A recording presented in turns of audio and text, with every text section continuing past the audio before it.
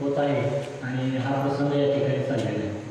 आधीच्या वक्त्यांनी अतिशय सुंदर अशा प्रकारे केलंच असेल, रोजचा अनुभव आहे, मी आता चालू या ठिकाणी ज्यांना बघा एखाद्याच्या संगतीमध्ये गेलं तर संगतीचा गुण या ठिकाणी सांगितलेला आहे की ज्या पद्धतीने बाबा तुम्ही जर एखाद्या वाईट व्यक्तीच्या सहवासात गेला तर तुला चोर आणि या ठिकाणी दृष्टांत देतो आणि पुढे जातो. जुळी दोन मुलं आहेत, एकाच माता पित्याच्या उदरामध्ये जन्म घेतलेला आहे.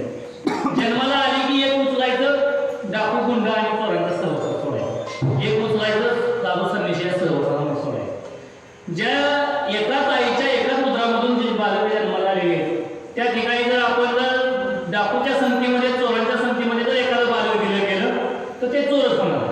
आणि जर एखादं बालक आपण या ठिकाणी साधू संतांच्या सहवासामध्ये दोन बालक दोन घेऊन गेली, संतांच्या सहवासात गेली तर त्या ठिकाणी ते संतच होईल, ऋषीच होईल, मालकरीच होईल. त्या पद्धतीनं या ठिकाणी असणाऱ्या ते भिल्ल जे आहेत लोक ते भिल्ल कोणाच्या संपर्कात आले, प्रभू रामांच्या संपर्कात आले. आणि त्यांना आदिवासी लोक म्हणजे भिल्ल जे समाज आहे खून मार्या चोरी लबाडी मांस भक्षण करणं अशा संगतीला असताना असं भक्षण करणारे प्रभू रामांच्या देवाच्या ऋषीच्या संगतीमध्ये गेले आणि त्या ठिकाणी त्यांचाही उद्धार झाला गेला. म्हणून या ठिकाणी एक दृष्टांत देता येईल, ढेकणाच्या संगे हिरा जो गुंगल तो संगे नागला साधू जैसा. वाईटाच्या संगतीमध्ये गेला आपण बघा एक ढेकूण असतोय, संध्याकाळी अंधार पडला की मच्छर पिळं मगर मच्छर बाहेर निघत असतात आणि त्या ठिकाणी ढेकूण हा प्राणी आहे, तो कीटक आहे आणि तो कीटकाच्या जर संपर्कामध्ये एखादा हिरा जर आला गेला तर त्या क्षणामध्ये त्या हिऱ्याचं पाणी होत असतं, तो हिरा वितळला जातोय आणि काय होत असतं त्या हिऱ्याची पावर कमी होती, ताकद कमी होती आणि शरीरामध्ये पाणी त्या हिऱ्यात होतं. परंतु तोच ढेकूण जर एखाद्या साधूच्या संतांच्या सहवासामध्ये गेला तर सकळाशी खटनेतही आले शुद्ध होऊन जावे असे या ठिकाणी तुकोबराय सांगतात की सकळाशी कलियुगी उद्धार हरिचरण सकळा यारे यारे लहान पोरे याती भरती नारी. तसं या ठिकाणी हरिनामाच्या ठिकाणी सांगल्याच्या ठिकाणी सगळी कुणी जरी आलं तर त्याचा उद्धार झाल्याशिवाय राहत नाही. आताचा जो ओवीचा मतीचा अर्थ होता तो हाच होता. बोला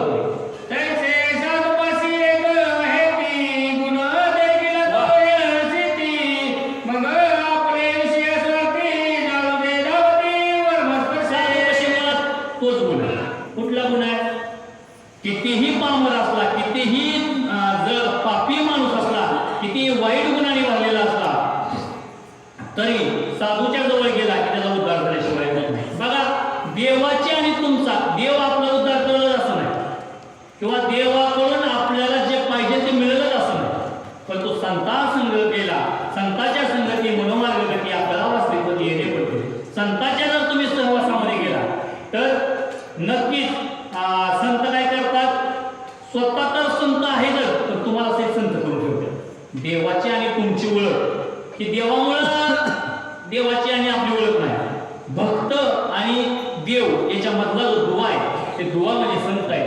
कारण संत म्हणजे गुरु आणि ते गुरुच्या माध्यमातून संतांच्या माध्यमातून आपल्याला देवाचा मार्ग हा सापडत असतो, म्हणजे सत्याचा मार्ग सापडत असतो. जोपर्यंत आपल्याला संतांची भेट होत नाही, साधूची भेट होत नाही, गुरुचा उपदेश मिळत नाही, गुरुची भेट होत नाही, तोपर्यंत आपल्याला कदापि देव दानव आणि मनुष्य याच्यामधला फरक करणार नाही. बोला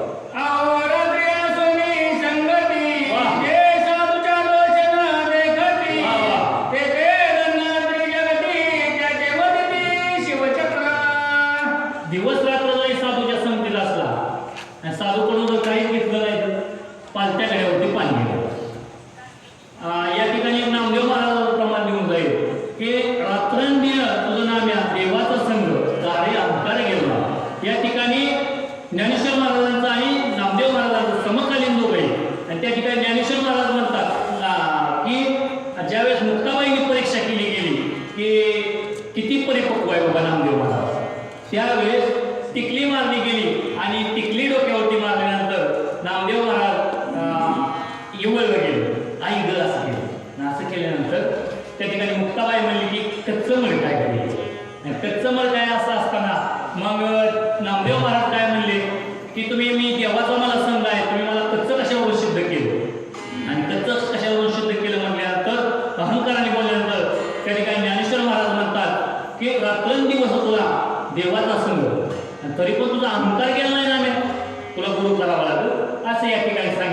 आहे बोला पुढे. साधू संगती अनिश सोनी न देखती गुण दोष त्यापाशी अवतार पुरुष घ्यावा उपदेश किती जरी अवतार पुरुष असला तरी संतांचा संघ आणि साधूचा उपदेश घ्यावाच लागतो. बघा प्रभू रामांना पण उपदेश घ्यावाच लागला वशिष्ठ महाराजांचा. आणि वशिष्ठ महाराजांचा गुरु साक्षात जगाचा मालक आहे, जगाचा बाप आहे. आणि अशा असणाऱ्या प्रभू रामांना सहित गुरु शिवाय पर्याय नाही. देवाला सहित गुरु करावा लागला. मग तुमच्या काय होत आहे प्रत्येक आता मला उद्याला दत्त महाराजांची जयंती आहे. 24 गुरु करावे लागले दत्त महाराजांना.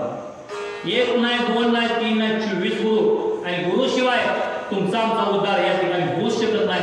साधू शिवाय, साधूच्या भेटीशिवाय, साधूच्या मार्गदर्शनाशिवाय उपदेश होऊ शकत नाही.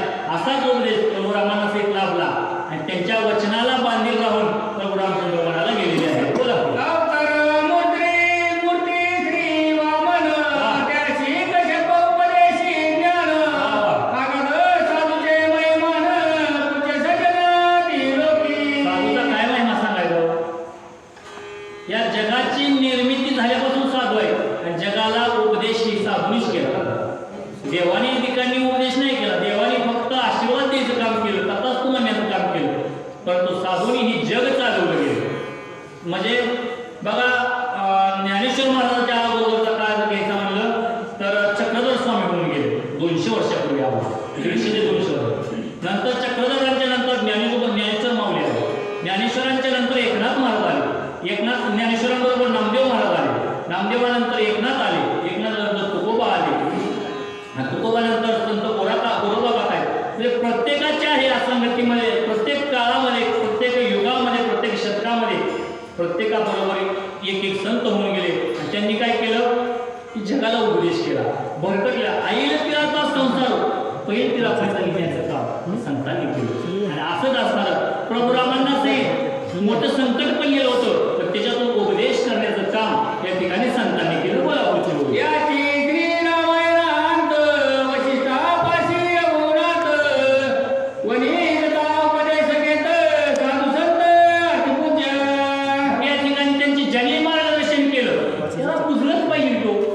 मग असं असताना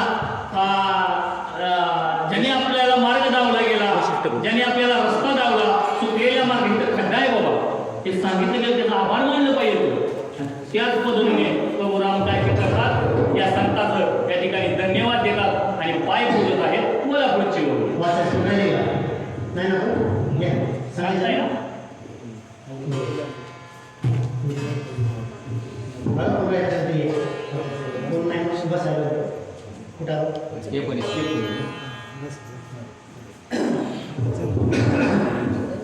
जावया गुण दोपलासी वियोग जावा साधूसी त्याचा अनुताप दोष निरसी पुढे भेटवसी स्वानंद.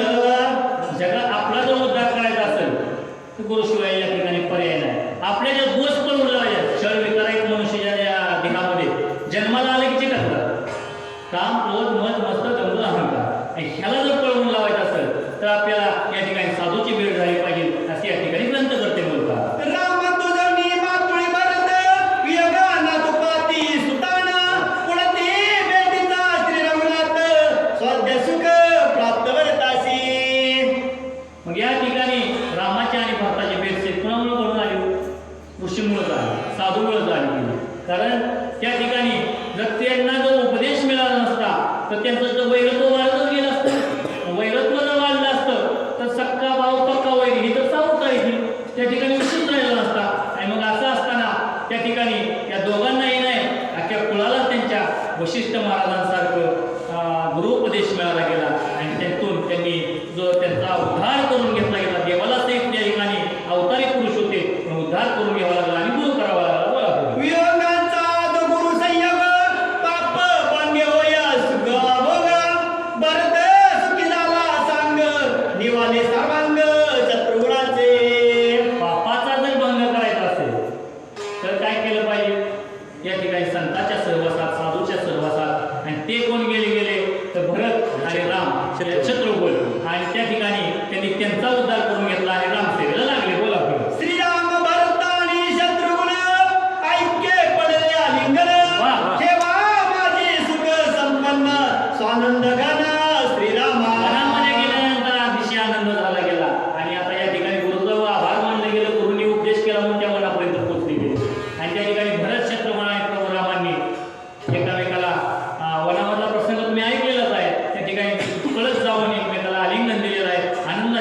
मारलेली आहे आणि या ठिकाणी आनंदाची मिठी मारून बाबा कित्येक वर्ष झालं की काय 14 वर्ष झाली काय भेटलोच नाही असं त्यांना दुःख वाटत होतं आणि अगदी 2-4 दिवसाचं दुःख त्यांनी आलिंगन देऊन त्या ठिकाणी मिठी मारून त्यांनी त्या ठिकाणी दुःखाला वाट मोकळी केली गेली. बोला दीप्ती अनेक दीपलावती सकल दीपी एकीचा दीपी भरत शत्रुघ्न ऐका ऐसा रीती अभिन्न स्थिती भिन्न झाले.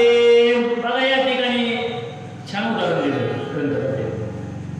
दीप कसं लकलक लकलक लकलक करत असतात, काजवं जसं अंधारात चमकत असतात, असं दीप पेटल्यानंतर जसं एखाद्या ऋषीचं साधूचं किंवा देवाचं भगवंताचं तेज जे दिसत असतं ते तेज एकमेकांना भेटल्यानंतर त्यांच्या चेहऱ्यावर दिसायला लागलं. दिव्याप्रमाणे एकमेक उजळून गेले आणि उजळून गेल्यानंतर जसा अंधार पाहिल्यानंतर अचानक दिवा लागल्यानंतर जसं आपलं हास्य मुक्त होतं, प्रसन्न चेहरा होत असतो, तसं एकमेकांना आलिंगन दिलं आणि त्या एखाद्या दिव्याप्रमाणे प्रफुल्लित असा त्यांचं देह सगळा शरीर आणि चेहरा असा तेजमय झालेला आहे. जे सुख झाले श्रीराम भेटी ते सुख बोलना येती गोष्टी एका जवळ शरण पडली भीती सुख संतुष्टी श्रीरामा. बघा या ठिकाणी एकमेकाला आलिंगन दिलं आणि जी कडवण जी मिठी मारली गेली त्या ठिकाणी त्या सुखाची तुलना या ठिकाणी होऊ शकत नाही. धनाच्या राशी कित्येक जरी काय कमी होतो भरत आणि शत्रुघ्नाला अयोध्येच्या राजवैभव भोगायचं होतं, सगळी सुख चरणावरती होती आणि असं असताना सैद त्या ठिकाणी ते नाकारलं गेलं भरत आणि शत्रुघ्नाने, सगळ्या सुखाच्या राशीला लात मारली गेली आणि बंधूचं प्रेम या ठिकाणी बघा रामायण हेच शिकवते ना कसं जगावं आणि महाभारत शिकवतं कसं मारावं. रामायणाचं रामाचं आचरण करायचं आहे आणि श्रीकृष्णाचं उच्चारण करायचं आहे. राम जसं जसं जगलं गेलं तसं तसं जर आपण जगलो गेलो तर आपल्या जीवनाचं राममय जीवन किंवा आपली एक रामराज्याची घडी बसल्याशिवाय राहणार नाही.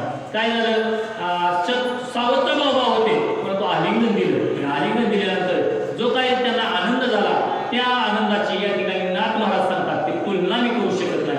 ते कित्येक पटीचा आनंद हा होता. बोला बरं